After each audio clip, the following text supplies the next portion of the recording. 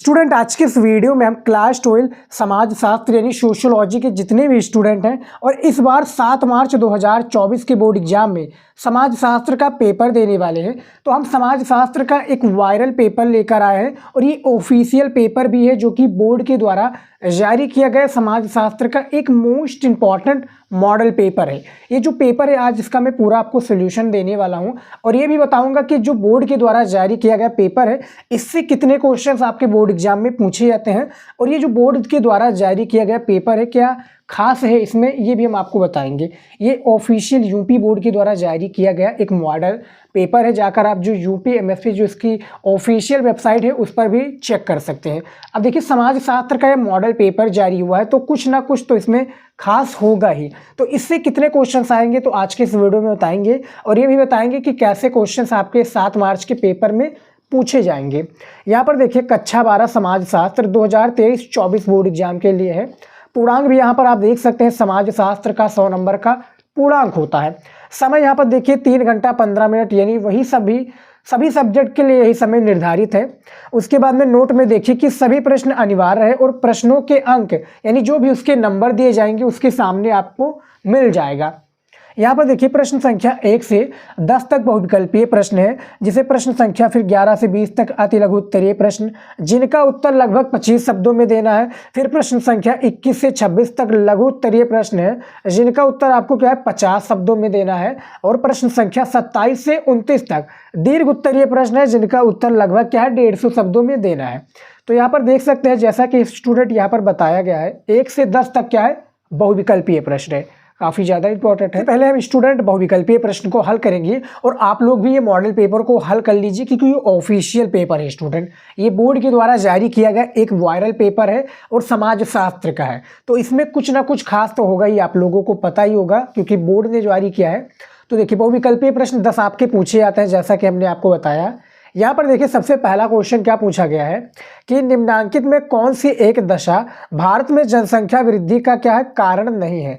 कौन सी एक दशा है जो कि भारत में क्या है जनसंख्या वृद्धि का कारण नहीं है, ये आपको बताना है। का आपका निम्न जीवन स्तर, खा आपका संयुक्त परिवार व्यवस्था, या गा बाल विवाह का प्रचलन, घा स्थान परिवर्तन की प्रवृत्ति। तो आप लोग भी हमारे साथ में इसका राइट आंसर जो भी स्टूडेंट जानते हो सही आंसर आप कमेंट में बताइएगा। 10 ऑब्जेक्टिव क्वेश्चन है, आपको पता है आंसर तो कमेंट में बता सकते हैं। तो पहले का जो राइट आंसर हो जाएगा डियर स्टूडेंट वो आपका का हो जाएगा निम्न जीवन स्तर, बिल्कुल सही हो जाएगा। दूसरा क्वेश्चन यहाँ पर देखिए, परंपरागत भारतीय समाज में सामाजिक स्तरीकरण का आधार क्या रहा है। तो जो सामाजिक स्तरीकरण का आधार रहा है स्टूडेंट वो आपका क्या रहा है जाति रहा है, यानी दूसरे का खा ऑप्शन बिल्कुल सही हो जाएगा। डियर स्टूडेंट, आपको बैकग्राउंड में काफ़ी अननोन वॉइस सुनाई दे रही होगी जिससे आपका कुछ भी लेना देना नहीं है, आप इसको इग्नोर कीजिए क्योंकि शादी फंक्शन का माहौल चल रहा है इस समय, पेपर के समय भी आपका ये सब चल रहा है तो उसको इग्नोर कीजिए। उसके बाद में देखिए तीसरा क्वेश्चन, निम्न में से कौन संयुक्त परिवार की विशेषता है।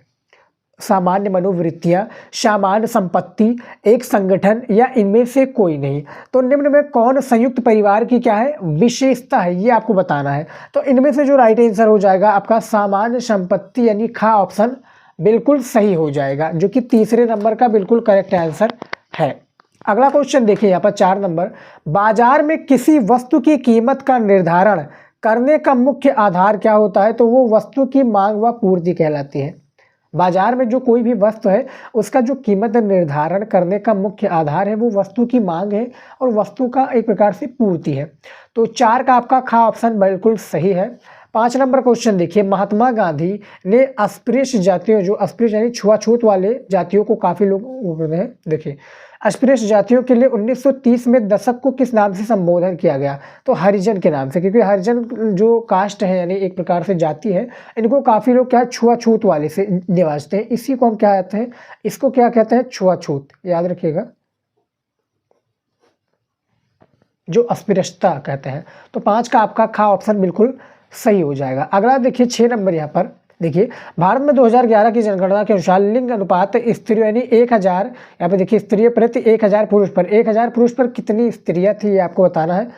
तो 940 यहाँ पर आपका बुक में दिखा रहा है और गूगल पर सर्च किया तो वहाँ पर 42 दिखा रहा था। तो आपके हिसाब से दोनों में, क्योंकि यहाँ पर हालांकि देखा जाए तो हमें चारों ऑप्शंस के थ्रू ही बताना है, तो चारों ऑप्शंस में हमें ये देखा, हमने इस पर टिक लगा दिया, ये बिल्कुल सही है।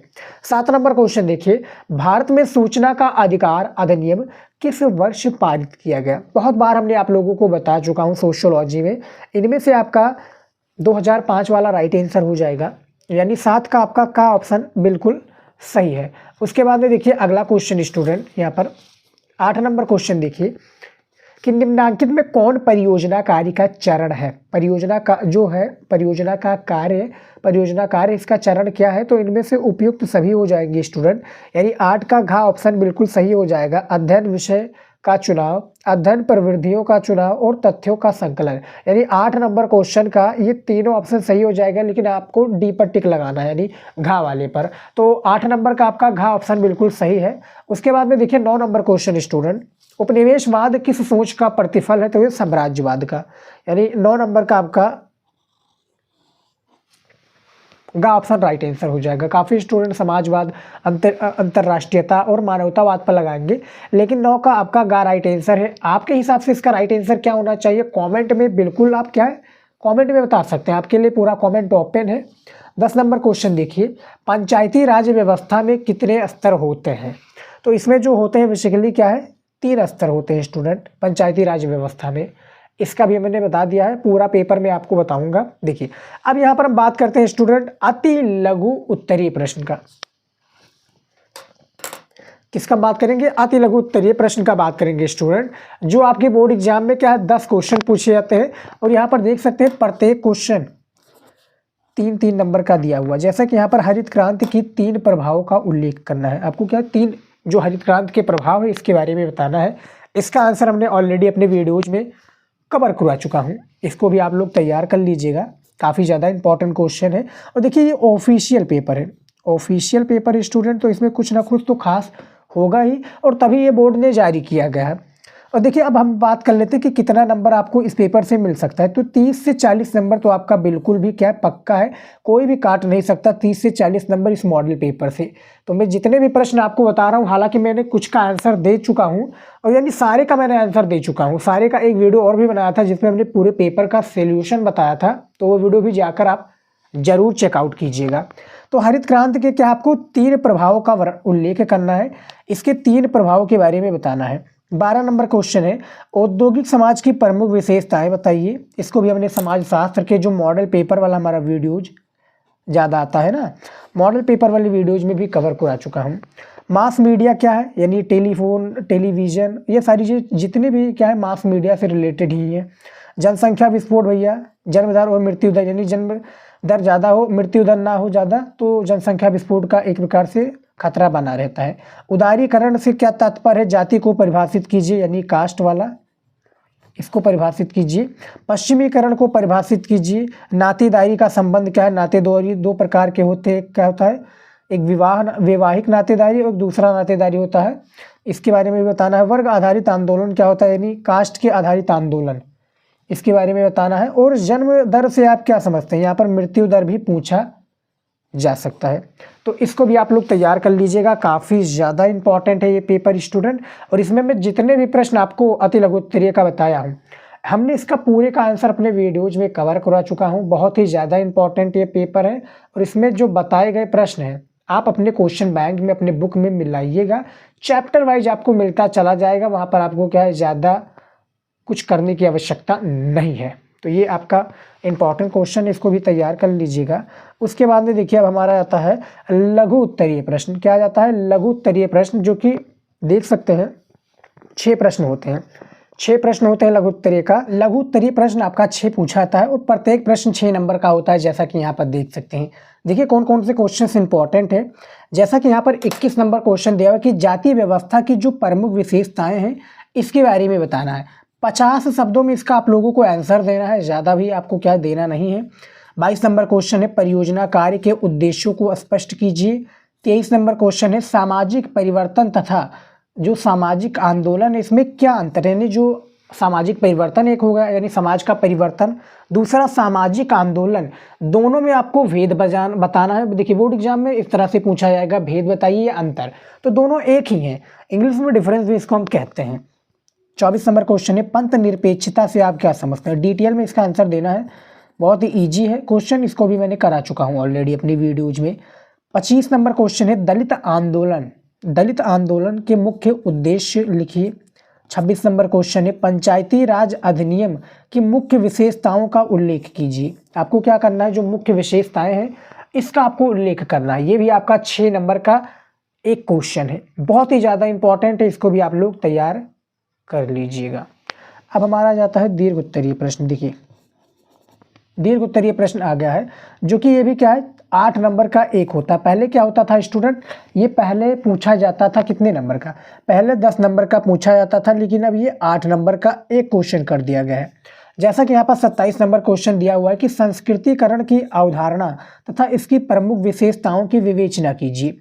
विवेचना करना यहाँ पर अथवा दिया है। मान लीजिए कि यहाँ पर संस्कृतिकरण वाला नहीं आ रहा था, आप ये वाला कर लीजिएगा, भूमंडलीकरण द्वारा आर्थिक तथा राजनीतिक क्षेत्र में लाए गए परिवर्तनों की विवेचना कीजिए। इसके बारे में भी आप कर लीजिएगा, इसका आंसर आप लोग तैयार कर लीजिए, बहुत ही ज़्यादा इंपॉर्टेंट है। और देखिए इसका पेपर का मैंने एक और सोल्यूशन वीडियो बना दिया है, जाकर देख लीजिएगा, जो कि लगभग 22,000 स्टूडेंट ने देख लिया है, उसको भी आप देखिएगा, काफ़ी ज़्यादा इंपॉर्टेंट है। उसमें हमने जो अति लघु उत्तरीय प्रश्न आपको बताया है ना, उसका भी मैंने सोल्यूशन करा चुका हूँ अपने चैनल पर। और ये हमारा क्वेश्चन है। अब ये क्या है, 8 नंबर का एक क्वेश्चन होता है। और जैसा कि मैंने आपको बताया था शुरुआत में स्टूडेंट, पेपर जो होता है बहुत नॉर्मल होता है, जो आपके क्वेश्चंस होते हैं बहुत ही नॉर्मल होते हैं, ज़्यादा टफ वाले नहीं होते हैं, जैसा कि आप देख सकते हैं। और आपके बुक और जो क्वेश्चन बैंक है उसी से लिए गए हैं ये सारे क्वेश्चन। जाकर आप अपने बुक और क्वेश्चन बैंक में लाएंगे तो बहुत ही आसान तरीके से इसका आंसर मिल जाएगा। जैसा कि यहाँ पर देखिए, भूमंडलीकरण द्वारा राजनीतिक क्षेत्र में लाए गए बताना है। फिर 28 नंबर क्वेश्चन है, दहेज प्रथा का भारतीय समाज पर प्रभाव का वर्णन कीजिए। जो दहेज प्रथा है ना, इसके भारतीय समाज पर प्रभाव का वर्णन आपको करना है। ये भी आपका 8 नंबर का एक क्वेश्चन है, अथवा लगकर 6 क्वेश्चन पूछे जाते हैं। करना आपको 3 है, जिसके लिए 24 नंबर आपका कन्फर्म है। फिर जैसे मान लीजिए कि दहेज वाला नहीं आ रहा, तो महिला आंदोलन से आप क्या समझते हैं? भारत में महिला आंदोलन की प्रमुख विशेषताओं का वर्णन कीजिए। फिर 29 नंबर क्वेश्चन है कि साक्षरताकार पद्धति को समझाइए तथा इसके गुण एवं दोषों का क्या है वर्णन कीजिए, उल्लेख कीजिए, वर्णन कीजिए। 8 नंबर का क्वेश्चन है, अथवा लगा है, हरित क्रांति और इसके सामाजिक परिणामों की विवेचना कीजिए। करना आपको क्या है 3 ही है, और दिया हुआ है 6। जो भी आपको अच्छा लगे दीर्घ उत्तरीय प्रश्न में वो कर लीजिएगा। आपका क्या है 24 नंबर बिल्कुल पक्का है। तो स्टूडेंट देख सकते हैं हमने प्रश्नों को बता दिया, और इसमें जितने भी मैं प्रश्न बताए इसका मैंने ऑलरेडी आंसर दे चुका हूँ अपने वीडियोज में। आप क्या है सिंपल सा यूट्यूब पर एक एक प्रश्नों को पढ़ लीजिएगा, यानी एक एक प्रश्नों को सर्च कीजिएगा। सर्च कीजिए बाई शिवम स्टडी नॉलेज, यानी क्या करना है आपको लिखना है बाई इस तरह से, फिर लिखना है शिवम, फिर स्टडी, फिर नॉलेज। इतना आप लिख दीजिएगा, वो आपको वीडियो मिल जाएगा जिसमें क्वेश्चन होगा एक एक करके, अति लघु उत्तरीय प्रश्न, फिर लघु और विस्तृत। आप ढूंढिएगा, बहुत ही प्यार से मिल जाएगा सारा क्वेश्चन का आंसर। तो स्टूडेंट देख सकते हैं जो ये ऑफिशियल पेपर है मैंने पूरा आपको बता दिया, बस इसका आपको आंसर तैयार करना है। वो ऑब्जेक्टिव क्वेश्चन का मैंने आंसर दे चुका हूँ, और भी मैंने मॉडल पेपर का वीडियो बनाया है आप लोगों के लिए, नहीं देखा है तो जाकर वो भी देखिएगा, काफ़ी ज़्यादा इंपॉर्टेंट है। तो फिलहाल स्टूडेंट इस वीडियो में इतना ही, मिलते हैं नेक्स्ट वीडियो में नए टॉपिक के साथ। जय हिंद।